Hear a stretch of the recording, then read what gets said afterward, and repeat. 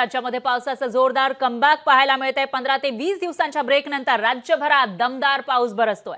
मुंबई, पुणे, नाशिकमध्ये पावसाची तुफान बॅटिंग सुरू आहे। तर राज्यातील 138 मोठ्या प्रकल्पांमध्ये सरासरी 80% पाणीसाठा जमा झालाय आणि कोकणात सगळ्यात जास्त 95%, तर मराठवाड्यामध्ये सर्वात कमी 35% जलसाठा आहे आणि पुढील 2 दिवस राज्यामध्ये पावसाचा जोर कायम राहील असा अंदाज आहे। तर पुणे, सातारा घाटमाथ्यावर आज पावसाचा रेड अलर्ट आहे। याचा अर्थ या ठिकाणी अतिमुसळधार पावसाची शक्यता आहे। तर मुंबई, ठाण्यासह पालघरमध्ये मुसळधार पावसाची शक्यता वर्तवण्यात आली आहे। दरम्यान सध्या पावसाचं चित्र राज्यातील वेगवेगळ्या ठिकाणी कसं आहे ते आपण बघू शकतोय। मुंबईमध्ये जोरदार पाऊस बरसतोय, तर नाशिकमध्येही मोठ्या प्रमाणामध्ये पाऊस पडतोय, तर अमरावतीमध्येही बरेचसे भाग जलमय झाल्याचं दिसून येत आहे। साताऱ्यामध्येही धो-धो पाऊस बरसतोय। रत्नागिरीमध्ये सुद्धा तसंच चित्र आहे। या ठिकाणी धरणं ओव्हरफ्लो झाल्याचं दिसतंय।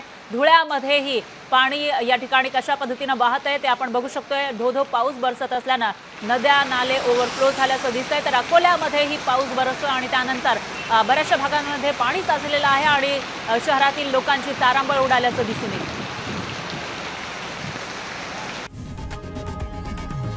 लोकशाही मराठी ऐका, पहा, जागरूक रहा।